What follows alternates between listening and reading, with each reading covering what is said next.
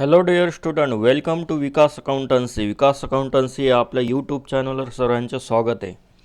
बघा मित्रांनो, मागचा लेक्चर जो होता तो चॅप्टर नंबर 1वरती मी घेतलेला आहे.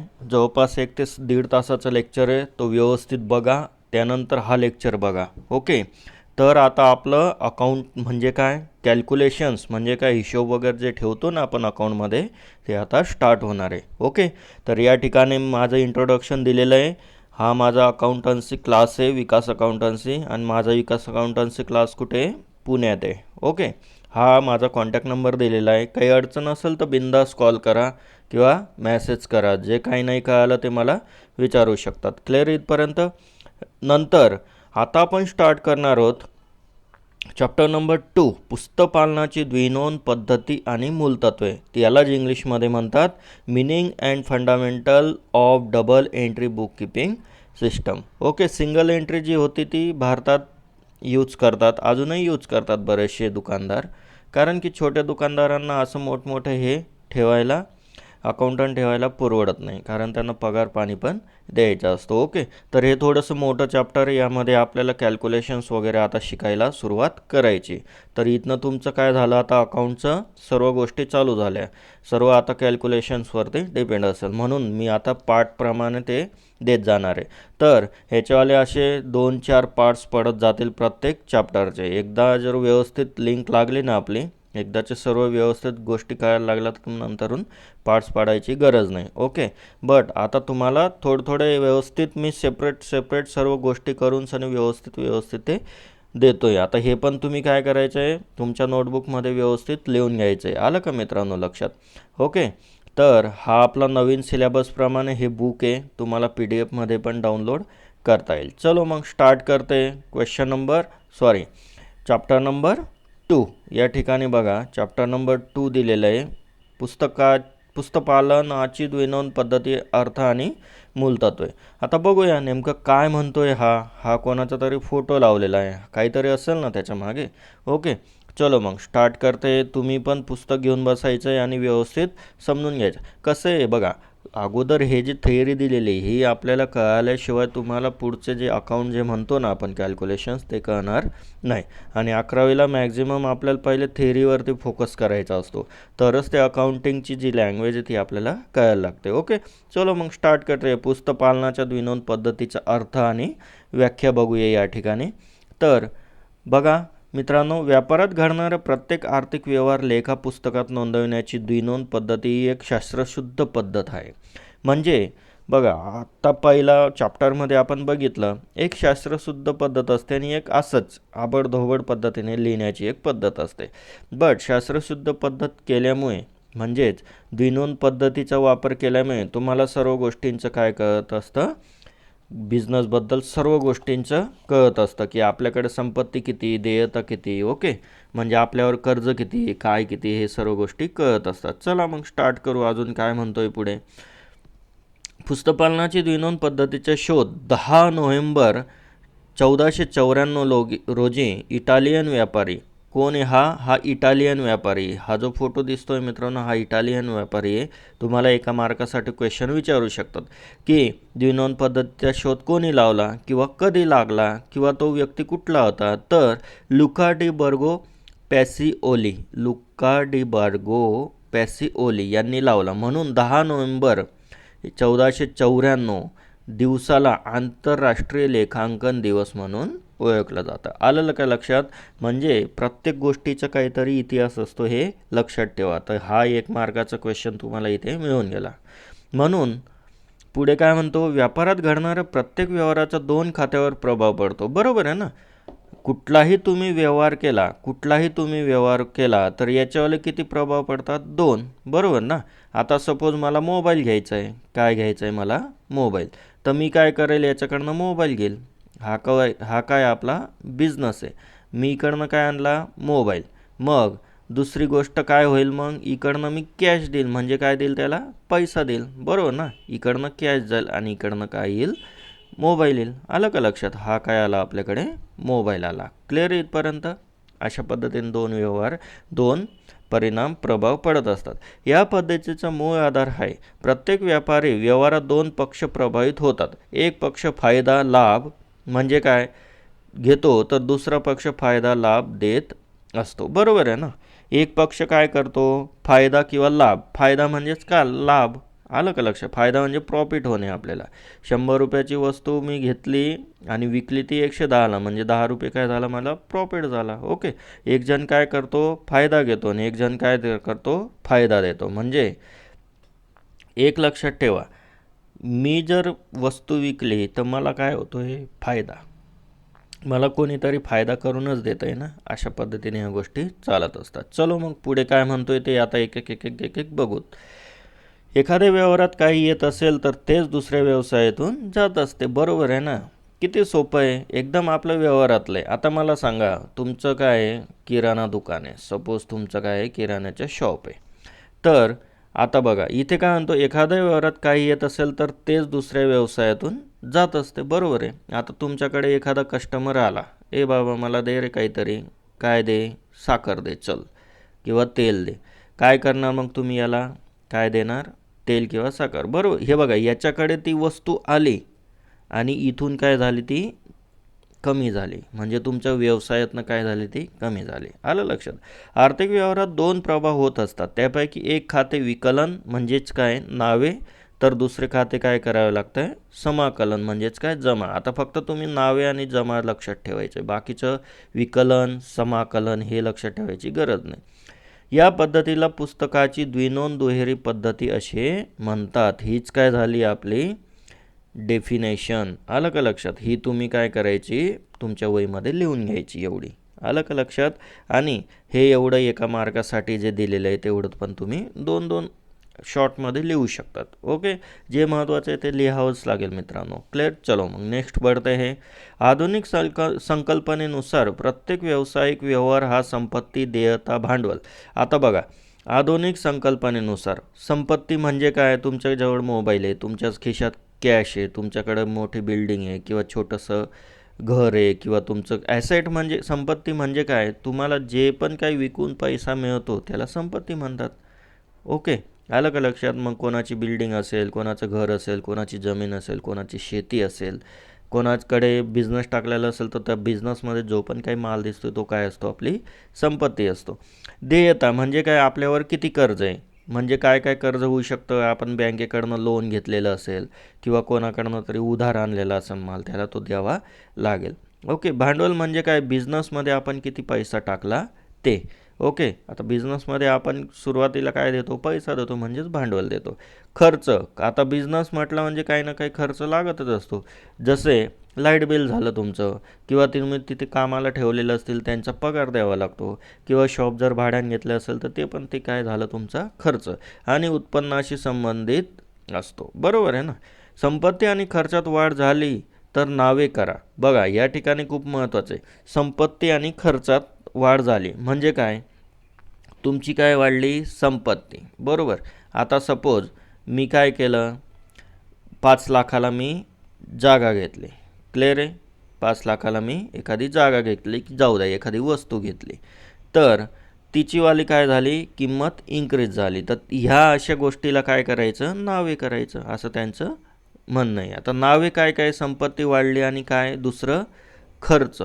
खर्च मग भरपूर असू शकतात ना. आता बघा गॅसची टाकी किती लावते, अगोदर 600-700 लावते, आता ती कितीपर्यंत गेली, जवळपास 900-1000ला. तुम्ही जास्त उशीर हा व्हिडिओ बघणार तर 1100-1200पर्यंत बी गेलेली असेल, आलं का लक्षात. अशा पद्धतीने या सर्व गोष्टी असतात. म्हणजे काय झालं, तुमचं खर्चात वाढ झाली ना. पेट्रोल आता 80 रुपये होतं, ते 110-15वरती गेलं, म्हणजे काय खर्च वाढला. तुमचं लाईट बिलचं युनिट कमी होतं अगोदर, आता वाढला, म्हणजे काय झालं खर्च झाला, म्हणजे वाढला, आलं लक्षात. म्हणजे वाढला ना तर कुठे काय लिहिणार, फक्त एक लक्षात ठेवा, नावे करायचं. ओके, आणि संपत्ती आणि खर्चात जर घट झाली तर कुठे लिहिणार, जमा केली जाते. क्लिअर इथपर्यंत. चलो मग आगे बढ़ते हे, पुढे काय म्हणतोय ते बघूया. बघा या ठिकाणी लेखांकीय माहिती नोंदविण्याची पद्धती, हे खूप महत्त्वाचं आहे मित्रांनो. आता आलं का लक्षात. आता लेखांकीय माहिती म्हणजे काय, लेखांकीय म्हणजे काय, जे आपण अकाउंट ठेवतो ना ते, आलं लक्षात. मग भारतीय पद्धत आहे एक, तुम्हाला सांगितलं अगोदर, आणि एक कुठली आहे, इंग्लिश पद्धत, बरोबर. तर इंग्लिशमध्ये येते एकेरी नोंद पद्धती आणि दुसरी येते दुहेरी नोंद पद्धती. आणि जे चॅप्टर आपलं ज्याचा बेस आहे हा चालला आहे, कुठला चॅप्टर आहे हेच चाललं आहे. आलं लक्षात? दुहेरी नोंद पद्धती, यालाच मग काय म्हणतात? Double entry book keeping system इंग्लिशमध्ये. लक्षात ठेवत जात, म्हणजे लिहून पण घेत जा, म्हणजे तुम्हाला इंटरव्ह्यूला वगैरे काय इंग्लिशमध्ये जर क्वेश्चन विचारला तर तुम्हाला ते यायला पाहिजे. आलं का लक्षात? सो लेखांकीय माहिती नोंदवण्याच्या दोन पद्धती आहेत, एक इंडियन आणि एक इंग्रजी. एकेरी नोंद पद्धती इंग्रजीमध्ये परत दोन टाईप पडतात, एक येते एकेरी आणि दुसरे येते द्विनोंद. एकेरी पण खूप कमी वापरतात, मेन कुठली आपली द्विनोंदचे. ओके, चलो मग भारतीय पद्धत आपण बघू. लेखांकनाच्या पद्धतीत सर्व व्यवहार भारतीय भाषेत हे खूप महत्त्वाचे नोंदवले जातात. जसे मराठी माणूस बिझनेस करत असेल तर मराठीत लिहिल, हिंदी माणूस करत असेल हिंदीत लिहिल, उर्दू माणूस करत उर्दू, गुजराती माणूस करत असेल गुजराती, अजून इतर जे भाषा आहेत ते त्यांच्या ह्याच्यात लिहितील. बरोबर आहे ना? आता खेड्यागावात मला सांगा, आपल्या जे गावात आहे किंवा सिटी, एक लाल कलरची वही असते बघा, रेड कलरची वही असते. काय असते? रेड कलरची वही असते. तर या रेड कलरच्या वहीमध्ये ते काय करत असतात? लिहित असतात आपल्या आपल्या भाषेत. त्यालाच काय म्हणतो आपण? भारतीय पद्धत. ओके, मग भारतीय पद्धतमध्ये जो तो ज्याचे त्याच्या भाषेत लिहू शकतो, त्याला काय असं नियम वगैरे नाहीत. आलं लक्षात? चलो मग नेक्स्ट बढ़ते इत्यादी. यालाच महाजनी किंवा देशी नामा पद्धत असे म्हटले जाते. यालाच काय म्हणतात? महाजनी देशी नामा पद्धत असे म्हटले जाते. क्लिअर? व्यवसायात घडलेले व्यवहार भारतीय पद्धतीनुसार ज्या पुस्तकात नोंदवले जातात त्या पुस्तकाला वही खाते. बघा आता बोललो मी, वही खाते किंवा काय म्हणतात त्याला? कीर्द असे म्हणतात. लेखांकनाची भारतीय पद्धती द्विनोंद दुहेरी पद्धतीवर अवलंबून नाही. बरोबर आहे ना? ही जुनी पद्धत आहे, त्यामुळे डबल एंट्रीवरती अवलंबून नाही. जरी ही पद्धत शास्त्रशुद्ध नसली तरी आजही ही पद्धत भारतातील छोटे व्यापारी उपयोगात आणतात. आत्ताच मी तुम्हाला म्हटलो, छोटे व्यापारी याचा उपयोग करतात, कारण की त्यांना डबल एंट्रीसाठी काय करावा लागतो? खर्च, आणि तो खर्च पेलता येत नाही. त्यामुळे काय करतात? ते आजही ही पद्धत वापरत असतात. नेक्स्ट, इंग्रजी पद्धत. आता याच्यात दोन आहेत. सिंगल एंट्री सिस्टम जी तुम्हाला बी कॉमला आहे, अगोदर 12वीला होते पण सिलेबस चेंज झाला त्यामुळे ते बी कॉमला टाकले. आणि दुसरी येते double entry book keeping system. Clear? आता सिंगलमध्ये बघू, एकेरी नोंदमध्ये या पद्धतीनुसार फक्त रोख पुस्तक आणि वैयक्तिक खातेच फक्त ठेवली जातात. याच्यात काय, जे उधारीवर माल दिलेला आहे ना मित्रांनो, त्याची एंट्री येत नाही. क्लिअर आहे? फक्त जे रोख व्यवहार होत आहे त्याचीच फक्त नोंद ठेवली जाते. आणि वैयक्तिक खातेच फक्त या ठिकाणी बघतात. म्हणजे काय? Personal account. वैयक्तिक खाते म्हणजे काय? पर्सनल अकाउंट, ज्याच्यामध्ये आपण स्वतः येतो, बँक येते, हॉस्पिटल येतात, महानगरपालिका येते, एखादा स्पोर्ट क्लब येतो, याला काय म्हणतात? वैयक्तिक खाते. ओके, एक नोंद पद्धती ही अशास्त्रीय पद्धत असून तिला हिशोबाची अपूर्ण पद्धत असेही म्हणतात. बरोबर आहे ना? याच्यातनं पूर्ण गोष्टी क्लिअर होत नाही. त्या का होत नाही ते आता पुढे बघणारच आहे. आता तुम्ही लक्षात ठेवायची एकेरी पद्धत आणि दुहेरी पद्धत, कारण व्यापारी आपल्या सोयीप्रमाणे या पद्धतीत बदल करीत असतो. बरोबर आहे? व्यापाऱ्याला वाटलं की इथे नको इथे लिहायला पाहिजे, नावे नको जमा बाजूला लिहायला पाहिजे, असं तो लिहू शकतो जर त्याला पाहिजे तसं नॉलेज नसेल तर, किंवा तो वेगळ्या पद्धतीने लिहित असतो, म्हणजे त्याला असं सायंटिफिक रिझन नसतं. ओके, एकेरी नोंद पद्धत जमा खर्च लिहिण्यासाठी व्यवसायाची आर्थिक स्थितीबद्दल अचूक सत्य माहिती पुरवू शकत नाही. आलं लक्षात? हे खूप महत्त्वाचं आहे. एकेरी नोंद पद्धत काय? अचूक आणि सत्य माहिती पुरवू शकत नाही. आता व्यवसायाबद्दल कसली माहिती पाहिजे? की माझ्याकडे नेमकं किती संपत्ती आहे, माझ्यावर नेमकं किती कर्ज आहे, मला नेमकं किती फायदा झाला, मला नेमकं तोटा होतोय का फायदा होतोय, ह्या गोष्टी यातनं काही कळत नाही, पाहिजे तसे कळत नाही. म्हणून ही छोट्या व्यावसायिकासाठी उपयोगी आहे. म्हणून काय करतो छोटा व्यावसायिक? ही नोंद पद्धत वापरत असतो. आता पुढे बघूया जी आपली सर्वात महत्त्वाची, कुठली? दुहेरी नोंद पद्धत. इथनं आपण आता व्यवस्थित लक्ष देऊ. क्लिअर आहे? ही महत्त्वाची आहे. तर दुहेरी पुस्तकपालनाची दुहेरी नोंद पद्धती ही व्यावसायिक व्यवहार लेखा पुस्तकात नोंदवण्याची शास्त्रीय पद्धत आहे. आता यालाच काय म्हणतो आपण? शास्त्रीय. आणि ती वरची कुठली होती? अशास्त्रीय. ओके, हे बघा या ठिकाणी अशास्त्रीय आणि इथे शास्त्रीय पद्धत आहे. या पद्धतीप्रमाणे प्रत्येक घडलेल्या आर्थिक व्यवहाराने दोन लेखे प्रभावित होतात. म्हणजे लेखे म्हणजे काय? दोन अकाउंट, एकाला जमा केलं तर एकाला नावे करावं लागेल. दुहेरी नोंद पद्धतीनुसार नोंद झालेले एक खाते ज्या रकमेने नावे होते तितक्याच रकमेने दुसरे खाते काय होते, जमा होते. बरोबर आहे ना. आता बघा याच्यामध्ये काय असतं मित्रांनो, हे दोन खाते प्रभावित होत असतात. आता सपोज इकडे नावे असतं लेफ्टला आणि इकडे जमा असतं. ओके, त्याचप्रमाणे इकडे नावे असतं आणि इकडे काय असतं, जमा असतं. आलं लक्षात. मग हे जर प्रभावित होत असेल तर ह्या दुसऱ्या अकाउंटला कुठलं प्रभावित होईल, हे प्रभावित आहे. इकडे नावे प्रभावित होईल, इकडे काय होईल, जमा प्रभावित होईल. अशा पद्धतीने ह्या गोष्टी होत असतात दुहेरी नोंद पद्धतीत. क्लिअर इथपर्यंत. ज्याला इंग्लिश सिस्टम आणि त्याच्यात दोन टाईप पडतं. मग एक single entry bookkeeping system and second is double entry bookkeeping system, ज्याला जेकेरी आणि दुहेरी नोंद पद्धत असे दोन टाईप केलेले आहेत. चला मग पुढे बघूया. दुहेरी नोंद पद्धत मुख्य नियमानुसार प्रत्येक नावे रक्कम ही जमा रक्कम असते. तात्पर्य नावे आणि जमा अशा दोन वेगळ्या खात्याच्या विरुद्ध बाजू नोंद होताना ती समान रकमेने होतात. बरोबर आहे, मी आता तुम्हाला इथे उदाहरण दिलंच. क्लिअर. मग दुहेरी पद्धतीचं आपण बघू, याची व्याख्या बघू अगोदर, मग बाकीच्या गोष्टी पुढे पुढे बघू. आता व्याख्या ह्या वेगवेगळ्या शास्त्रज्ञांनी सांगितलेल्या, जे आर्थिक जे इकॉनॉमिकमध्ये जे मास्टर होते त्या लोकांनी ह्या सांगितलेलं आहे. प्रत्येक व्यापारी व्यवहाराचे दोन विरुद्ध बाजूवर प्रभाव करणारे परिणाम घडत असतात. बरोबर. प्रत्येक व्यवहाराचे दोन विरुद्ध परिणाम, एक देत असेल तर एक घेत असतो. बरोबर. असे दोन परिणाम होत असतात. अशा व्यवहारांच्या नोंदी करावयाच्या असल्यास त्या एका लेखाच्या नावे बाजूवर आणि दुसऱ्याच्या लेखाच्या जमा बाजूवर करणे आवश्यक. असे दोन परिणाम करणारे व्यवहार द्विनोंद किंवा दुहेरी पद्धतीस जन्म देते. असे कोण म्हणत आहे, J.R. बॉटली बॉय. क्लिअर इथपर्यंत. आता नावावर नका जाऊ. बॉटली बॉय म्हणजे त्यांचं असेल सरनेम. आपल्याकडे कसं वेगवेगळे सरनेम आहेत, आलं लक्षात. त्या पद्धतीने त्या तिकडच्या देशातल्या लोकांचं ते सरनेम असेल. क्लिअर इथपर्यंत मित्रांनो. मग पुढे काय म्हणतोय ते बघूया. आता एक लक्षात ठेवा, कुठलंही अकाउंट करण्यासाठी त्याला जवळपास भरपूर प्रोसेसमधनं जायचं असतं. आता त्याच्यातलं काही प्रोसेस आपण बघू. बघा, फर्स्ट कुठे व्यवहार झाला, त्याचे दोन प्रभाव. बरोबर आहे ना. काय आला इथे, माल आला आणि पैसा आला. माल गेला आणि पैसा आला. क्लिअर. किंवा अजून काय होऊ शकतं, तोच दुकानदार कुठून तरी काय आणाल, माल आणायला आणि त्याला पैसा देईल. म्हणजे दोन विरुद्ध झाले, एक घेणारा एक देणारा. मग दुसरा प्रभाव येतो रोजकिर्दीतील व्यवहारांच्या नोंदी. आता काय काय विकलं ते सर्व काय करतो आपण, लिहित असतो. क्लिअर. मग ही झाली खतावणी, म्हणजे कुठल्या साईडला कुठलं लिहायचं ते पण एक अकाउंटमध्ये महत्त्वाच्या गोष्टी असते. बरोबर. नंतर खात्यांचे संतुलन म्हणजे काय, हिशोब करणे. यांचं काय करणे, हिशोब करणे. मग खात्यांचं काय केलं आपण, हिशोब, कारण की वेगवेगळे सर्व ट्रान्झॅक्शन होत असतात आणि मग ते मी तुम्हाला सांगेलच.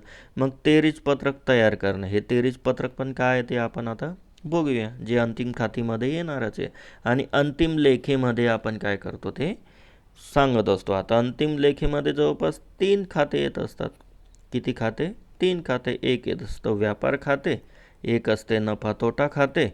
ओके, नफा तोटा खाते, आणि एक असतं ताळेबंद. आता हे तुम्हाला ह्या गोष्टी काही कळणार नाही, त्यामुळे एवढं टेन्शन घ्यायचं नाही. ओके. फक्त आपलं एखादं ट्रान्झॅक्शन झालं ते कसं पद्धतीने होत असतं, अशा पद्धतीने जात असतं. एवढंच तुम्ही लक्षात ठेवा. क्लिअर आहे. पहिले काय, दोन प्रभाव, मग ते नोंदणी केली, मग ती लेजरमध्ये म्हणजे खतावणीत टाकली. ती कशी टाकायची ते सर्व गोष्टी आता मी तुम्हाला सांगणारच आहेत. त्यासाठी मी तुमच्या यूट्यूबला लेक्चर घेतो आहे, तुमच्यासाठी मेहनत घेतो आहे. आणि माझं एकच याच्या मागे उद्देश आहे मित्रांनो, जे पण काही बिचारे होतकरू पोरं आहेत, जे पण काही खेड्यापाड्यात आहेत, ज्यांना काय क्लाससाठी वेळ देऊ नाही शकत, स्वतः काम करून कधी कधी शिकत असतात काही, किंवा शेतात काम असतं, किंवा खूप काही अडचणी असतात, कधी इकॉनॉमिकल कंडिशन वाईट असते. अशा विद्यार्थ्यांसाठी मी काय केलेलं आहे मित्रांनो, लेक्चर चालू केलेले आहेत. क्लिअर. यूट्यूबवरती. तर ह्या लेक्चरमुळे तुम्हाला 50% फीज काय होईल, कमी होईल. काय होईल, 50% फीज ही कमी होईल. आणि प्रत्येक टॉपिकवर मी वेगवेगळे लेक्चर तुम्हाला प्रॅक्टिकल प्रॉब्लेम सॉल्व करून देणार आहे. आलं का लक्षात. बट जे पण काय राहिलेले प्रॉब्लेम आहेत ते तुम्हाला काय करावं लागेल, ऑनलाईन शिकावं लागेल. काय करावं लागेल? ऑनलाईन. आता ऑनलाईन म्हटलं म्हणजे असं नाही की तुम्हाला अर्धा अपूर्ण सर्व शिकवून मोकळं झालो, तसं काही नाही हां मित्रांनो. आपलं एकच ध्येय आहे, जे गरीब विद्यार्थी असतील किंवा कोणीही असो, जे होतकरू विद्यार्थी, तो गरीब असो का श्रीमंत असो, त्याला काय मला हे नाही. बट ज्यांना व्यवस्थित अकाउंट सब्जेक्ट ऑफलाईनप्रमाणेच ऑनलाईन शिकून घ्यायचं आहे, त्यांच्यासाठी मी हे लेक्चर टाकत असतो. म्हणून सांगतो, जर तुम्हाला व्हिडिओ लेक्चर हे माझे आवडत असतील तर तुम्ही लाईक करत चला आणि शेअर करत चला आणि सबस्क्राईब तर करायला विसरू नका. कारण की अकाउंट म्हटलं म्हणजे खूप मोठे काय असतात प्रॉब्लेम्स असतात. त्यामुळे एका याचे 2-2, 3-3 पार्ट्स पडत असतात. त्या पद्धतीने ते तुम्हाला नोटिफिकेशन येईल. तुम्हाला ते नवीन पार्ट्स टाकला म्हणजे काय होईल, तुम्हाला त्याचं नोटिफिकेशन येईल. म्हणजे तुम्हाला कळेल की हा या पार्टचा व्हिडिओ आपला आला आहे. लगेच तुम्ही अभ्यासाला सुरुवात करणार. ओके, चलो मग द्विनोंद दुहेरी नोंद पद्धतीची मूलतत्वे म्हणजे principle of double entry book keeping system. आता याच्यात प्रिन्सिपल काय आहे ते बघूया. प्रत्येक व्यापारी व्यवहाराचे कमीत कमी 2 खात्यावर परिणाम होतात. एक नावे तर दुसरा जमा. बरोबर, आता मी तुम्हाला सांगितलं, एक नावे झाला तर दुसरा काय होतो? जमा. 2 लेखांपैकी एक लाभ घेणारा तर दुसरा लाभ देणारा असतो. बरोबर, एक घेणारा असतो तर एक देणारा असतो. बरोबर. 100ची वस्तू मी विकली, मी काय लाभ घेणारा. समोरच्याने ती 100ची वस्तू घेतली, तो काय लाभ देणारा. आता ती मी 100ची वस्तू जी विकली ती काय मला 100ला भेटली असेल तर मग माझा फायदा काय बिझनेस करून? ती मला 80ला भेटली असेल. म्हणजेच काय, 20 रुपये मला लाभ मिळाला आणि 20 रुपये तर समोरच्याने मला काय दिला? लाभ दिला. ओके. प्रभावित होणाऱ्या 2 खात्यांपैकी एक खाते नावे होते तर दुसरे खाते जमा होते. आत्ताच वरतीच बघितलं. प्रत्येक खाते ज्या रकमेने नावे होते त्याच रकमेने जमा पण होत असते. क्लिअर इथपर्यंत? म्हणजे एक खाते कितीने 100ने नावे झाले तर दुसरीकडे काय होईल? 100ने जमा होईल. एवढं लक्षात ठेवा. क्लिअर? नेक्स्ट, पुस्तकपालनाच्या द्विनोंद दुहेरी नोंद पद्धतीचे फायदे. Advantages of double entry book keeping system. Advantages म्हणजे फायदा काय? सिंगल एंट्री करून फायदा होता का? नाही. तर डबल एंट्रीचा काय फायदा आहे नेमका ते बघू आता. फर्स्ट येतं तुमचं परिपूर्ण नोंदी. परिपूर्ण नोंदी म्हणजे काय? कंप्लीट रेकॉर्ड, म्हणजे प्रत्येक गोष्ट व्यवस्थित लिहिली जाते. या पद्धतीमध्ये सर्व व्यापारी व्यवहारांची नोंद होते. ती शास्त्रीय पद्धत असून त्यामध्ये प्रत्येक व्यवहाराचे 2ही परिणाम नोंद केली जाते. बरोबर आहे. सिंगलमध्ये एकच परिणाम, याच्यात 2 परिणाम, एक नावे तर एक जमा. ॲक्युरसी म्हणजे अचूकता. परफेक्टनेस, या पद्धतीनुसार लेखापुस्तकात दोन्ही पक्षांची नोंद केली जाते. त्यामुळे रेखांकनाच्या कार्यात अचूकपणा प्रस्थापित होते. यामध्ये गणितीय अचूकता तपासली जाते. बरोबर आहे. कॅल्क्युलेशन्स व्यवस्थित असेल तर तुम्हाला तो बिझनेस फायदा आला का तोटा झाला कळेल ना. 100च्या ऐवजी 1000 लिहिले किंवा 1000च्या ऐवजी 100 लिहून टाकलं, 1 शून्य गायब केला तर हा किती मोठा घोळ होऊ शकतो. ओके. यामुळे गणितीय अचूकता याच्यामध्ये तपासली जाते. व्यावसायिक निष्पत्ती, बिझनेस रिझल्ट. आता रिझल्ट काय काय येऊ शकतो? सर्व खर्च याच्यातून कळतो. नुकसान झाले का काही, म्हणजे काही माल खराब झाला का दिसतो पैशांच्या स्वरूपात. उत्पन्न किती झाले म्हणजे किती बिझनेस होतो आहे माझा. लाभ झाला का मला. देयता किती म्हणजे किती, कर्ज किती आहे, माझी संपत्ती किती आहे म्हणजे माझ्याकडे स्टॉक किती पडलेला आहे. ऋणको म्हणजे काय? अधमर्ण म्हणजे काय? कस्टमर असतं ते. ऋणको म्हणजे काय? कस्टमर. काय लक्षात ठेवणार? कस्टमर. ओके. गिराईक. आणि धनको म्हणजे काय? उत्तमर्ण. आता हे एवढे शब्द कठीण लक्षात ठेवायची गरज नाही, फक्त ऋणको आणि धनको लक्षात ठेवा. धनको म्हणजे काय? धनको म्हणजे ज्याच्याकडनं मी माल आणतो ना, सपोज आता हा कोण आहे? शॉप ओनर आहे. हा कोण आहे? याच्यावालं काय आहे? दुकान आहे. ओके. मग हा काय करतो? ह्या व्यक्तीला विकतो, ह्या व्यक्तीला काय करतो? सेल करतो. क्लिअर? मग हा पण कुठून तरी आणत असेल ना. आलं का लक्षात? मग हा जो व्यक्ती, हा व्यक्तीलाच काय म्हणतो आपण? या व्यक्तीलाच म्हणतो आपण धनको. क्लिअर? म्हणजे ज्याच्याकडनं मी माल आणतोय तो काय झाला माझा? धनको. आणि ज्याला मी माल विकतोय तो काय झाला माझा? ऋणको. क्लिअर आहे? हे गोष्टी समजून घ्या. हा कोण झाला मग? ऋणको. एकच लक्षात ठेवा, त्याचं उलटं करून टाकायचं. ओके. ज्याला माल विकतोय तो कोण आहे माझा? ऋणको. आणि ज्याला माल विकतोय, ज्याच्याकडनं माल आणतोय तो कोण आहे माझावाला? धनको. क्लिअर इथपर्यंत? चलो. यांच्याशी संबंधित सर्वच व्यवहार नोंदले जातात. याच्याच आधारे व्यावसायिकाला एका विशिष्ट कालावधीत व्यवसायाची अचूक आर्थिक स्थिती जाणून घेता येते. बरोबर आहे. सर्व जर तुम्हाला कळलं की नुकसान किती झालं, उत्पन्न किती आलं, त्याच्यात फायदा किती, त्याच्यात कर्ज किती, त्याच्यामध्ये माझ्याकडे ॲसेट्स किती म्हणजे संपत्ती किती, लायबिलिटीज म्हणजे देणे किती आहे, कर्ज किती आहे, सर्व एक्सपेन्सेस म्हणजे काय खर्च किती, हे सर्व जर तुम्हाला काय आलं तर तुम्हाला सर्व क्लिअर डिटेल मिळालीच ना.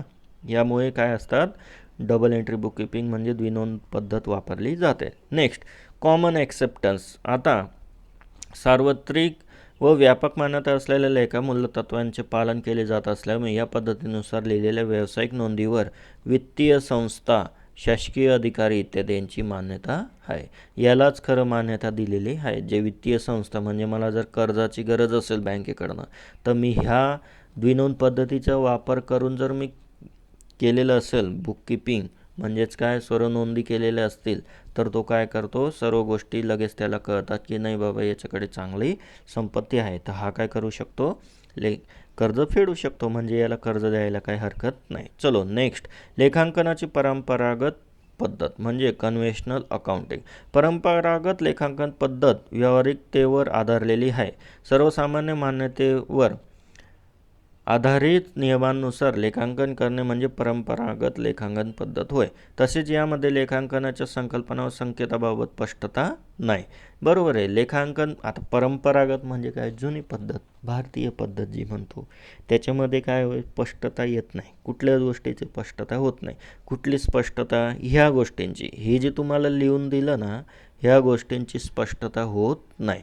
कशामध्ये होत नाही, या परंपरागत पद्धतमध्ये काय होते, ही गोष्टींची काय होत नाही, स्पष्टता होत नाही. लेखांकनाची भारतीय पद्धती परंपरागत पद्धतीची आहे. उदाहरण, पद्धतीमध्ये द्विनोंद पद्धतीच्या नियमांचे पालन केले जात नाही. नाही नाही आलं का लक्षात. म्हणजे काय, या ठिकाणी जी पद्धत आहे भारतीय पद्धत, त्याच्यात याचे पालन केले जात नाही, म्हणून ते काय, या गोष्टी त्यातनं काही कळत नाही.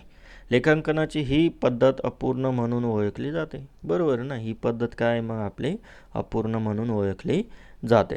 आता पुढे बघा मित्रांनो, काय म्हणतोय, एक एक एक एक गोष्ट आपण पूर्ण करत चाललो आहे, म्हणजे तुम्हाला जे कन्सेप्ट आहेत ते कळत चालले आहेत. आलं का लक्षात प्रत्येक चॅप्टरमध्ये. मग आता क्लासिफिकेशन म्हणजे काय केलेलं आहे, वर्गीकरण. आता खात्यांचे वर्गीकरण म्हणजे काय, लेख्यांचे किंवा खात्यांचे अर्थ.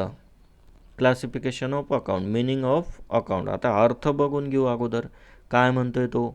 बरोबर ना, कारण एखाद्या गोष्टीचा अर्थ कळल्याशिवाय तो सब्जेक्ट तुम्हाला कळणार नाही. तुमचा बेस याच्यातच आहे. ओके. लेखांच्या किंवा खात्याचा अर्थ विशिष्ट व्यक्तींच्या संदर्भात विशिष्ट संपत्ती सांगितली तुम्हाला. देयता म्हणजे कर्ज, उत्पन्न, ओके, उत्पन्न व खर्चावरील पदे, तसेच विशिष्ट ठिकाणी नोंदवलेला खर्च ज्या खात्यात लिहिला जातो त्याला खाते लेखा म्हणतात. आता बघा, तुम्हाला व्यवस्थित समजून सांगतो.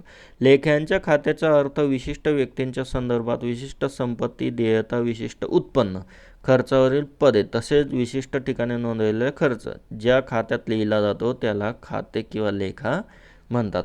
अकाउंट कोणाला म्हणणार, अकाउंट म्हणजे काय, खाते किंवा लेखा कोणाला म्हणणार मित्रांनो, जिथे तुमची किती आहे संपत्ती, म्हणजे माझ्याकडे काय काय संपत्ती आहे, शेती, घर, गाडी, बंगला, मोबाईल, माझ्याकडे कॅश, माझ्या बिझनेस असेल तर किती स्टॉक आहे, म्हणजे किती माल आहे दुकानात, माझ्याकडे काय आहे, नंतर अजून काय काय आहे, पैसा किती आहे, हे सर्व गोष्टी काय येतं, संपत्तीत येते.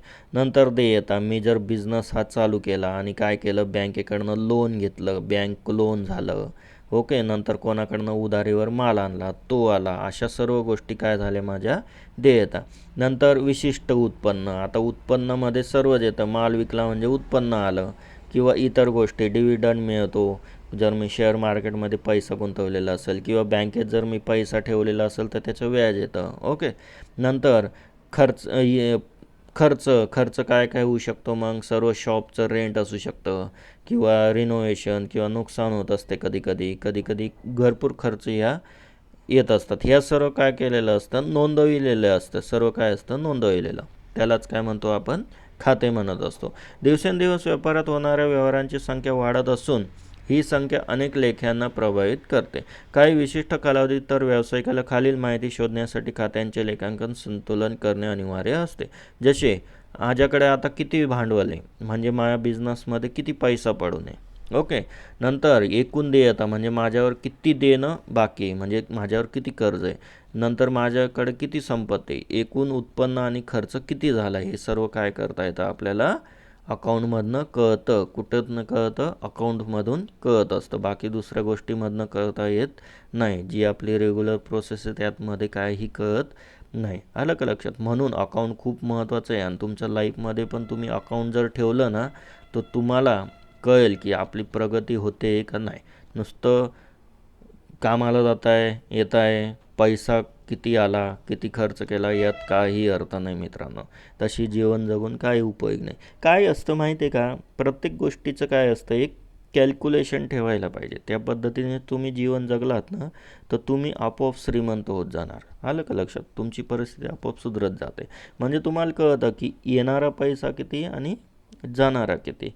तर हे जर तुम्हाला कळालं ना तर तुम्ही बरोबर ते कामासाठी जोमाने लटकतात की नाही, मला खर्च जास्त होतो आणि इन्कम कमी, तर मी काय करेल, थोडं अजून चांगल्या पद्धतीने जॉब शोधेल किंवा काय करेल, मी चांगल्या पद्धतीने बिझनेस करण्याचा प्रयत्न करेल की जे आहे त्याच्यामध्ये अजून काहीतरी इम्प्रूव्हमेंट करेल. त्यासाठी आपल्याला काय करावं लागतं, अकाउंट ठेवणं खूप महत्त्वाचं असतं. क्लिअर.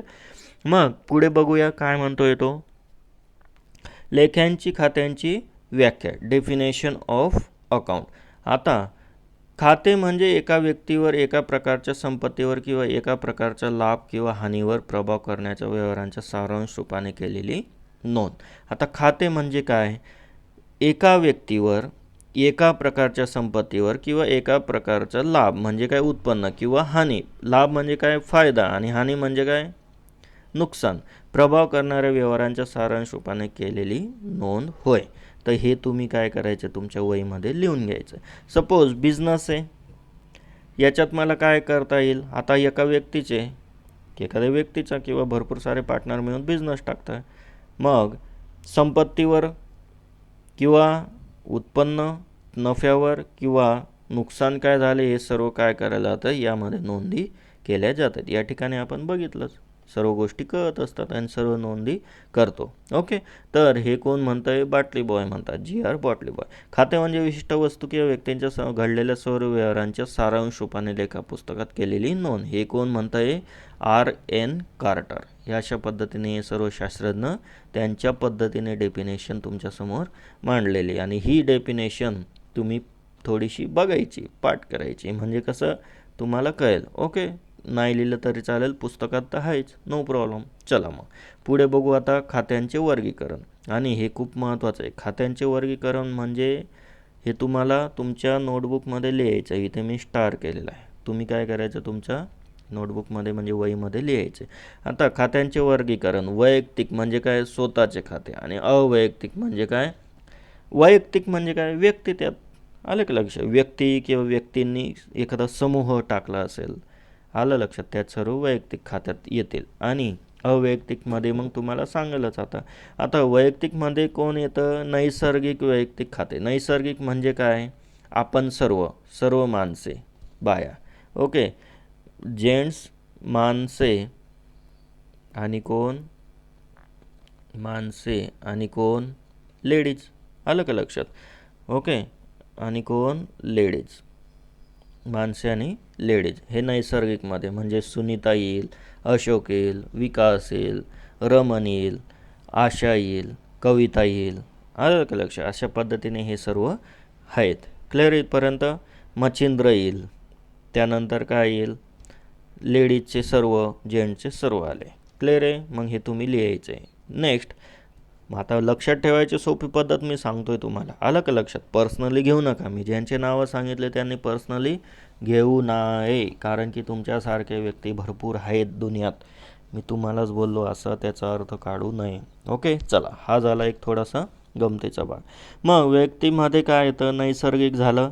मग कृत्रिम वैयक्तिक खाते. कृत्रिम म्हणजे काय, कृत्रिम पद्धतीने तयार केलेलं. म्हणजे काय, इथे माणसे राहतात ना काम करणारे, बरोबर. म्हणजे पुणे मनपा खाते, महानगरपालिका खाते, राधिका स्पोर्ट खाते, स्पोर्ट क्लब असतं एखादं, त्याला नाव दिलेलं आहे. नंतर बँक ऑफ इंडिया खाते. म्हणजे काय, या ठिकाणी एक लक्षात ठेवा, सर्व महानगरपालिका. ओके. हे झाले नगरपालिका, महानगरपालिका. नंतर नगरपालिका येतील. ओके, नगरपालिका म्हणजे तालुक्याच्याच प्लेसला. नंतर हॉस्पिटल्स येतील, जे ट्रस्टचे असतात ते हॉस्पिटल्स. ओके, जसं पुण्यात डी वाय पाटील कॉलेज आहे, ते काय आहे, हेच येईल, कृत्रिम वैयक्तिक खाते, हॉस्पिटल्स. ओके. नंतर तुमचं काय येईल, ऑल बँक्स येतील. मग कुठलीही बँक असू द्या, एस बी आय असू द्या, बँक ऑफ इंडिया असू द्या, बँक ऑफ महाराष्ट्र असू द्या, इंडियन बँक असू द्या, का कुठली देना बँक असू द्या, का तुमची सेंट्रल बँक असू द्या, कुठली I C I C I, A D F C जी असेल ती, प्रायव्हेट, गव्हर्मेंट, सर्व बँक येतील, ऑल बँक्स, असं या ठिकाणी तुम्ही पण लिहून घ्यायचं आहे. ओके. नगरपालिका, महानगरपालिका, ग्रामपंचायत, हॉस्पिटल, स्पोर्ट क्लब, हे सर्व गोष्टी काय असतात या ठिकाणी येत असतात. क्लिअर इथपर्यंत. नेक्स्ट, पुढे प्रातिनिधिक वैयक्तिक खर्च. याच्यामध्ये खूप महत्त्वाचे अदत्त खर्च. अदत्त म्हणजे न दिलेला. आता लिहून घ्या, या ठिकाणी मी तुम्हाला व्यवस्थित लिहून देतो. अदत्त म्हणजे काय, स्क्रीनशॉट घेत चला रे मित्रांनो. ओके, स्क्रीनशॉट घेऊन घेत चला लगेच. अदत्त खर्च म्हणजे काय, लिहून घ्या तुम्ही, न दिलेला खर्च. सेकंड, पूर्वदत्त खर्च म्हणजे काय, अगोदर दिलेला खर्च. अगोदर म्हणजे काय, आता मला काय द्यायचं आहे, सपोज माझं घर काय आहे, रेंटने. ह्या रेंटचं आहे माझं, महिन्याला किती रेंट आहे, 7,000 रुपये मी रेंट देतो दर महिन्याला. बट मी काय केलं, हेच रेंट एखाद्या महिन्यात काय केलं, मी अगोदर देऊन टाकलं. म्हणजे किती देऊन टाकले, डायरेक्ट 14,000 देऊन टाकले. ओके. तर असं अगोदर जर दिलेलं म्हणजे पूर्वदत्त जर दिलेला खर्च असेल, आता रेंट म्हणजे खर्चच येईल ना, आलं लक्षात, खर्चच येतो माझा. तर पूर्वदत्त म्हणजे काय, अगोदर दिलेला खर्च काय येईल, माझा वैयक्तिक खाते म्हणजे प्रातिनिधिक वैयक्तिक खात्यात तो येईल ना. त्यानंतर आगाऊ मिळालेलं उत्पन्न. आता आगाऊ मिळालेलं उत्पन्न कसं होणार, आता मी एखाद्या मोठ्या बिल्डिंगचा मालक आहे, माझे 4 घरं काय आहेत, भाड्याने दिलेले आहेत. जसं पुण्यासारख्या सिटीत काय मॅक्झिमम लोक हाच धंदा करतात. काय इथे 4 घरं मी काय दिले, भाड्याने दिलेले आहेत. ओके, 1 2 3 4. आता प्रत्येक घराचं माझं भाडं किती येतं, 5,000 रुपये असं आपण समजूया. म्हणजे टोटल किती झाले, टोटल किती भाडं येईल मला महिन्याला, 20,000. ओके, किती, 4 घरांचे 20,000 रुपये आगले. मग महिन्याला किती येत आहेत, पर मंथ महिन्याला किती येत आहेत, 20,000 रुपये. बट यामध्ये एखाद्या भाडेकरूने काय केले, 5,000च्या ऐवजी अचानक 10,000 रुपये देऊन टाकले असेल त्याचा काही प्लॅन. म्हणजे यांनी जर एखाद्या महिन्यात 10,000 दिले तर मला किती यायला पाहिजे, 20,000. बट ह्यावेळेस किती आले, 5,000 एक्स्ट्रा आले, बरोबर ना. म्हणजे किती हजार येऊन लागतील मग, 25,000 येऊन लागतील. आलं का लक्षात. म्हणजे काय, 20 यायचे होते बट माझ्याकडे किती आले, 25. त्यामुळे यालाच काय म्हणतो आपण, आगाऊ मिळालेले उत्पन्न. क्लिअर, आलं का लक्षात. याला म्हणतात आगाऊ मिळालेले उत्पन्न. हे सर्व याच्यात येतील. तर वैयक्तिक खात्यामध्ये ह्या 3 गोष्टी ते तुम्ही लक्षात ठेवायच्या आणि व्यवस्थित तुमच्या नोटबुकमध्ये नोट डाऊन करायचे. क्लिअर इथपर्यंत मित्रांनो. चलो, आय होप तुम्हाला हे आत्तापर्यंतचं लेक्चर व्यवस्थित कळत आहे. क्लिअर आहे. काही अडचण असेल तर तुम्ही कमेंट्स करा, म्हणजे मला कळेल की नेमकं काय तुम्हाला पाहिजे व्यवस्थित. बट मी माझा 100% बेस्ट देण्याचा प्रयत्न करतो आहे. आणि एक लक्षात ठेवा मित्रांनो, ह्या मराठी मीडियमचे बरेचसे टीचर हे लेक्चर टाकत नसतात.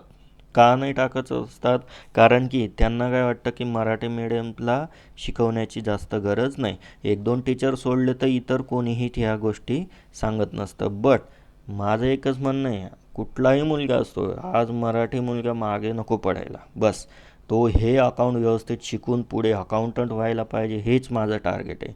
तो अकाउंटंट झाला तर मी पण अकाउंटंट झालो. तो पुढे जाऊन मोठा काही बिझनेसवरती बसला तर मी पण बसलो. असं ह्या सर्व गोष्टींच्या मागे माझा ध्येय आहे. तुमची परिस्थिती सुधारायची, मला एवढंच म्हणणं आहे माझं, बाकी काही नाही.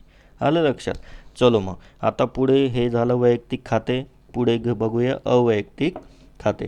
आता अवैयक्तिक खात्यामध्ये आपण या ठिकाणी 2 आहेत याच्यात, एक वास्तविक खाते आणि एक नामधारी. ओके, नामधारी आणि वास्तविक. आता वास्तविक म्हणजे काय ते पहिलं लक्षात घ्या. वास्तविक म्हणजे काय, वास्तवात असणारा, म्हणजे काय, जे डोळ्याला दिसतं ते. लिहून घ्या, हे यातला लिहून घ्या लगेच कंसामध्ये, डोळ्याला दिसणारे. वास्तविक म्हणजे काय, डोळ्याला दिसणारे. ओके. आता डोळ्याला दिसणारे ही माझं शॉर्टकट आहे, तुम्हाला समजावून देतो. डोळ्याला दिसणारे खाते, डोळ्याला दिसणारे खाते, डोळ्याला दिसणारे खाते लिहून घ्या. मग वास्तविकमध्ये दोन येतात, मग परत मूर्त वास्तविक आणि अमूर्त वास्तविक. आता हे एवढं काही कठीण नाही आहे. संगणक कॉम्प्युटर दिसतं ना सर्वांना, यस. रोकड दिसते ना, यस. खिशात पैसा ठेवला आहे, नुसता हाताला जरी लागला तरी कळतं, यस हा पैसा आहे का कागद आहे. आलं लक्षात. एवढे आपण पैशांना ओळखायला लागलो आहेत. क्लिअर. नंतर यंत्र असते. यंत्र म्हणजे काय, एखादा मोठा बिझनेस असेल तर तिथे काय ठेवणार, मशिनरीज ठेवणार ना, का दुसरं काही ठेवत बसणार नाही ना. म्हणजेच याच्यावरनं काय कळतं, डोळ्याला दिसणार आहे. मग तुम्हाला दिसतंय का नाही, हे दिसतंय का नाही डोळ्यांना, हे दिसतंय डोळ्यांना. आलं लक्षात. नेक्स्ट मग दुसरं आहे वास्तविक. मग या ठिकाणी अमूर्त वास्तविक. आता हे दिसणार नाही हां डोळ्यांना, हे डोळ्यांना दिसणार नाही. न डोळ्यांना दिसणारे, डोळ्यांना दिसणार नाही, न दिसणारे, न दिसणारे. मी शॉर्ट लिहितो, तुम्ही लॉंगमध्ये लिहा. याच्यात न दिसणारे. मग न दिसणारे कुठले आहेत, ख्याती खाते म्हणजे काय, नाव झालेले. टाटा, बिर्ला, बजाज. ओके.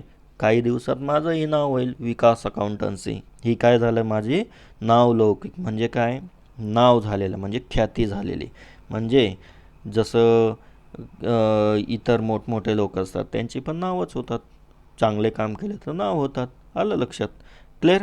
मग एक स्वाधिकार खाते म्हणजे काय, मी एखाद्या गोष्टीचा शोध लावला तर त्याच्यावर पूर्ण हक्क कोणाचा राहील, माझाच राहील. ओके. नंतर ग्रंथ हक्क खाते म्हणजे काय, कॉपी नाही करू शकत. आता मी एखादं पुस्तक, सपोज आता तुमचं 11वीचं पुस्तक आहे, हे काय तुमचं 11वीचं पुस्तक आहे, असंच असं मी काय करू शकत नाही, छापू शकत नाही. आलं लक्षात. यालाच काय म्हणतात, ग्रंथ हक्क खाते. क्लिअर इथपर्यंत. चला मग पुढे जाऊया. थोडंच बाकी, आता व्यवस्थित तुमच्या लक्षात येतं आहे ना मित्रांनो. कमेंट्स करा आणि सांगत चला. ओके. आणि तुम्ही मी कॉन्टॅक्ट नंबर दिलेला आहे, तुम्ही त्याच्यावरती कॉल करू शकता. Don't take tension. फक्त काय करा, अभ्यास करा, एवढंच माझं म्हणणं आहे. समजून घ्या. 11वी समजलं म्हणजे तुम्हाला BCOMपर्यंत टेन्शन नाही. कशापर्यंत, BCOMपर्यंत. कारण हा काय तुमचावाला बेस तयार होतो आहे तुम्हाला. मग BCOMपर्यंत नो टेन्शन, 11वी एकदा कळालं तर. चलो मग आता या ठिकाणी काय सांगितलं मी तुम्हाला, डोळ्यांना दिसणारं कुठलं, हे डोळ्यांना दिसणारं कुठलं आहे, या ठिकाणी परत एकदा सांगतो, हे डोळ्यांना दिसणारे. आणि हे काय, अमूर्त, न डोळ्यांना दिसणारे. ओके. बट ते काय वास्तविक खात्यामध्ये येत असतात. मग आता पुढचा भाग येतो तो नामधारीवरती. नामधारी म्हणजे काय, नुसतं नावाला, ते म्हणत नाही का, नावापुरता येतो. म्हणजे काय, आजकाल बघतात तुम्ही जगामध्ये, काम असेल तरच येतात, काम नसेल तर तू कोण आणि मी कोण. त्यालाच काय म्हणतो, नुसतं कामापुरता येतो हा, असं आपण त्याला म्हणत असतो. तर नामधारी पण जवळपास तेच आहे, फक्त नाव आहे, हे डोळ्यांना दिसत नाही. इथे लिहून घ्या, डोळ्यांना न दिसणारे, डोळ्यांना काय लिहिणार, डोळ्यांना न दिसणारे. ओके. आता डोळ्यांना न दिसणारे काय काय असतं मग सांगा. आपण ही वस्तू कशा देतो, पैशांच्या स्वरूपातच देतो, बट ही डोळ्यांना दिसत नाही. मग याच्यात दोन येतात, एक खर्च येतो आणि नुकसान. ओके. आणि एक येतो उत्पन्न आणि प्राप्ती. आता खर्च म्हणजे काय, मोबाईलचा रिचार्ज केला, खर्च झाला. गाडीत पेट्रोल टाकलं, खर्च झाला. गाडी पंक्चर झाली, खर्च झाला. बरोबर ना. नंतर तुमचा मोबाईल पडला, खराब झाला, रिपेअर करायला खर्च केला. ओके. मग हे काय, सर्व खर्च आहेत, नुकसान आहेत. मोबाईल चोरीला गेला, नुकसान झाली. आलं का लक्षात. तुम्ही आणलं काहीतरी वस्तू आणि ती लगेच 2 दिवसात खराब झाली, काय झालं, तुम्हाला नुकसान झालं. खर्च झाला का नाही, वस्तू आणली ती खर्च आणि ती खराब झाली ती नुकसान. मी आता घेतलं टी व्ही, 1 वर्ष तो व्यवस्थित चालला. टी व्ही घेतला तो खर्च आणि 1 वर्षानंतर तो खराब झाला, ते रिपेअर. खराब झाला तो, रिपेअर झालाच नाही, तो काय झाली माझी नुकसान. जसं तुमचे पैसे हरले खिशातून, काय होते, तुमचे नुकसान होते. ओके. मग याच्यात बघा, खर्च काय येतो, लेखन सामुग्री खाते. म्हणजे आता तुम्ही कॉलेज वगैरे जाता ना मित्रांनो, तिथे भरपूर सारी लेखन सामग्री लागत असते. म्हणजे काय, स्टेशनरी म्हणतो ती आपण. ओके.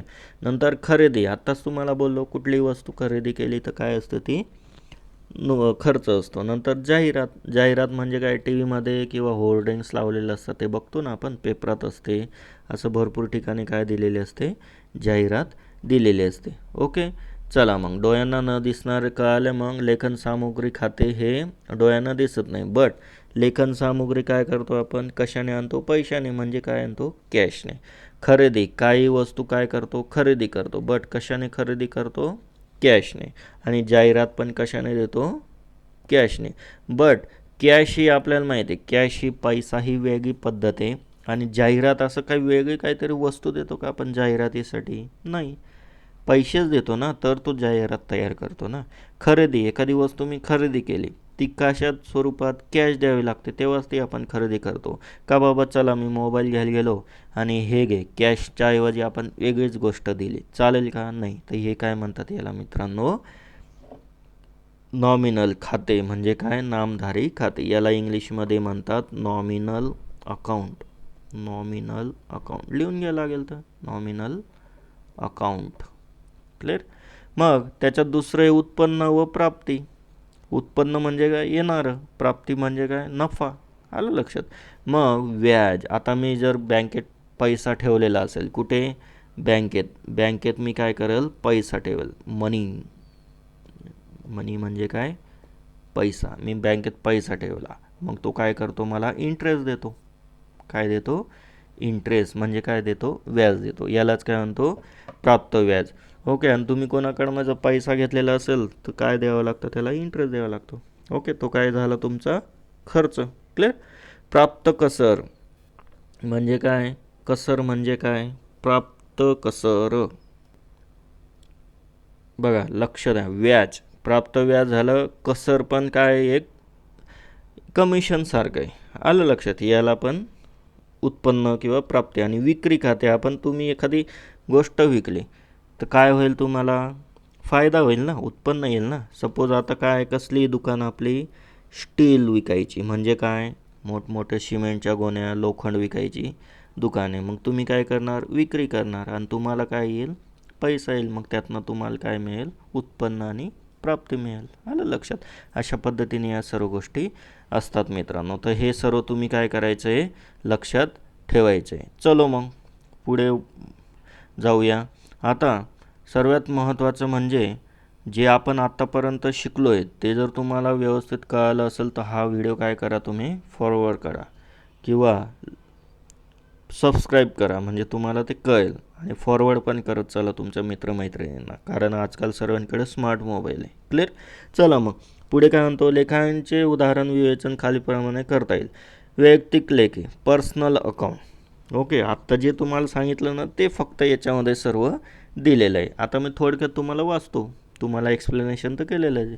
आता वैयक्तिक लेखे म्हणजे काय, पर्सनल अकाउंट. हे बघा, हे काय, सुरुवातीचं वैयक्तिक खाते. आता त्याच्यात काय काय येतं ते बघूयात. काय काय मग वैयक्तिक खात्यामध्ये, लक्ष द्या. व्यक्ती किंवा व्यक्ती समूहासोबत घडणाऱ्या व्यावसायिक व्यवहारांच्या लेख्यांचे वैयक्तिक लेख्यात समावेश होतो. असे लेखे 3 भागात विभागले जातात. त्याच्यात नैसर्गिक, सर्व नाव येतील आपले, लेडीज आणि जेंट्सचे.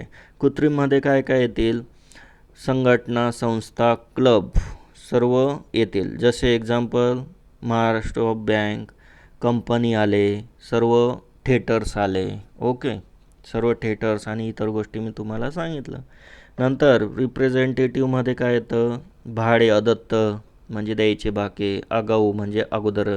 नंतर मजुरी, द्यायची बाकी असलेली. 10 मजूर आले आणि त्यापैकी काय केलं मी, 5 मजूरचेच दिले पैसे, 5 मजूरचे अजून बाकी, त्यालाच काय म्हणतो, अदत्त मजुरी. ओके. हे झाले पर्सनल अकाउंट. आता अवैयक्तिकमध्ये बघूया. अवैयक्तिकमध्ये काय आहे ते बघूया. सेकंड, अवैयक्तिकचे 2 भाग पडतात परत, एक येतो हा आणि एक येतो हा. मग याच्यामध्ये वास्तविकमध्ये 2 येते, एक मूर्त येते आणि एक अमूर्त येते, जे तुम्हाला मी सांगितलं, बरोबर. मग मूर्तमध्ये काय, वास्तविक म्हणजे काय, डोळ्याला दिसणारे. काय दिसणारे, डोळ्याला दिसणारे. मग याच्यात सर्व येतं बघा, यंत्र येते, तुमची गाडी येते, नंतर तुमच्या दुकानात किती माल आहे ते येत असतं. ओके. मूर्तमध्ये. आणि अमूर्तमध्ये काय येतं, लौकिक मूल्य म्हणजे तुमचं नाव झालेलं एखादा कचोरीवाला किंवा तुम्हाला सांगतो वडापाववाला फेमस होऊन जातो. जसं पुण्यामध्ये जोशीवाडेवाले आहेत, ते पण काय आहेत एक प्रकारे फेमसच होते, आहेत, असतात, क्वालिटी चांगली देते, कोणी फेमस होतं. नंतर टाटाची गाडी घ्यायला जाणार तर ती काय एक फेमसच आहे. नंतर मारुतीची गाडी घेणार तर फेमसच आहे. त्याऐवजी नवीन गाडी आली तर घेणार का कोणी? तेवढं ते नाव पाहिजे त्याचं. ओके, एक स्वाधिकार म्हणजे स्वतःचं दुसरं कोणी तयार नाही करू शकत, कॉपी नाही करू शकत. बोधचिन्ह, खाते, ग्रंथ हक्क इत्यादी सर्व यात येतात. मग नॉमिनलमध्ये परत बघूया काय काय येतं. नॉमिनलमध्ये एक नावे खर्च आणि नुकसान, उत्पन्न आणि प्राप्ती या लेखांक नामधारी लेखे म्हणतात. मजुरी, आता मी सांगितलं नामधारी म्हणजे काय मजुरी, पण ती मजुरी कशात देतो आपण? कॅशच्या स्वरूपात, म्हणजे काय पैशांचा. का मजुरीसाठी असं स्पेशल काही कागद देतो? नाही. लेखन सामुग्री म्हणजे काय? सर्व स्टेशनरीचं. वेतन म्हणजे सॅलरी, आता सॅलरी काय असं स्पेशल देतो का? नाही. ती कशाच्या स्वरूपात देतो? कॅशच्या स्वरूपात देतो. ओके, आता वेतन म्हणजे काय? कॅशच्या स्वरूपातच ना, का असं वेगळं काहीतरी वस्तू देतो? नाही. घसारा खाते, घसारा काय म्हणजे काय? कमी होणे, त्याची व्हॅल्यू कमी होणे. आज मी 15,000चा मोबाईल घेतला, 1 वर्षात विकायला गेलो, तो कितीला विकला जाईल? 10,000ला. 5,000 रुपये काय झाला माझा? घसारा झाला. ओके, ते पण कुठे येतं? नॉमिनल. आता घसारा कशात देतो आपण? कॅशमध्ये देतो. कशात? कॅशमध्येच ना, कॅशमध्येच कमी झाले ना. प्राप्त वर्तन, येणारा पैसा, प्राप्त कसर, जाणारा पैसा, हे सर्व काय आहेत? सर्व तुमचे नॉमिनल अकाउंट आहे. आता ते नॉमिनलमध्ये काय काय येते ते आपण पुढे बघणारच होतो. ओके, तर शेवटचं आता राहिलं आहे मित्रांनो या पार्टमधलं. जवळपास 50 म्हणजे 1 तासापर्यंत व्हिडिओ झालेला आहे. तर अजून आता पुढे आपण स्टार्ट करणारच आहोत पुढच्या लेक्चरला, पार्ट नंबर 2, जिथे तुमचे काय होतील? प्रॅक्टिकल प्रॉब्लेम म्हणजे काय? प्रॅक्टिससाठी उदाहरणं मी स्टार्ट करणार आहे. ओके, तर नावे आणि जमा. विकलन, नावे, लेखांकाच्या डाव्या बाजूला नावे बाजू म्हणतात आणि उजव्या बाजूला जमा. ही काय तुमची लेफ्ट साईड, ही काय तुमची राईट साईड. इकडे काय करणार? नावे, आणि इकडे काय करणार? जमा. एवढंच लक्षात ठेवायचं सध्यापुरता. ओके, चला मग पुढे बघा. पुढे आता आपल्याला इथनं काय होतं आहे? स्टार्ट होणार आहे नावे आणि जमा करण्याचे सोनेरी नियम. कुठले नियम आहेत? सोनेरी नियम. यालाच काय म्हणतात इंग्लिशमध्ये? Golden rules of account. Very IMP. आणि हे जर तुम्हाला एकदा कळाले, तर तुम्हाला अकाउंट कळालं, एवढंच लक्षात ठेवा. आता हे येणार आहे तुम्हाला पार्ट 2मध्ये. म्हणजे काय? तुम्हाला पुढचा जो व्हिडिओ आहे त्यामध्ये मी सांगणार आहे. सो परत एकदा सांगतो, व्हिडिओ आवडला असेल तर लाईक करत चला. कोणीतरी तुमच्यासाठी मेहनत घेते, ह्याचा मोबदला म्हणून, एक गुरुदक्षिणा म्हणून तुम्ही काय करा? लाईक करा, शेअर करा, आणि काही अडचण असेल तर कमेंट्स पण करा. ओके, आणि कमेंट झाल्यानंतर सबस्क्राईब करा, कारण की याचा पुढचा व्हिडिओ येणार आहे आता पार्ट 2. त्यासाठी तुम्हाला काय कळायला पाहिजे ना की पार्ट 2 येतो आहे असं. आलं का लक्षात? परत एकदा सांगतो, ही माझं काय आहे? कॉन्टॅक्ट नंबर आहे. काही अडचण असेल कॉल करा. चॅप्टर नंबर 2 चाललं आहे.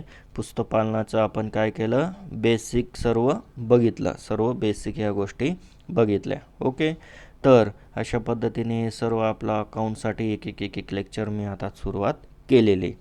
सो या ठिकाणी मी काय करतो? आता स्टॉप घेतो, कारण की पुढचा जो टॉपिक आहे तो पूर्ण आता कॅल्क्युलेशन्सवर आहे. आलं का लक्षात? या ठिकाणी बघा, पूर्ण कॅल्क्युलेशन काय झालेलं तर आता तुमचे स्टार्ट झालेले आहे. या ठिकाणी बघा, असं आलं म्हणजे तुमचं कॅल्क्युलेशन स्टार्ट झाले, जे आता आपण पार्ट नंबर 2मध्ये बघणार आहोत. Okay, so thank you so much. Have a nice day आणि बेस्ट ऑफ लक. तुम्हाला अकाउंटचा हे व्हिडिओ लेक्चर कळाले म्हणून. ओके, चलो.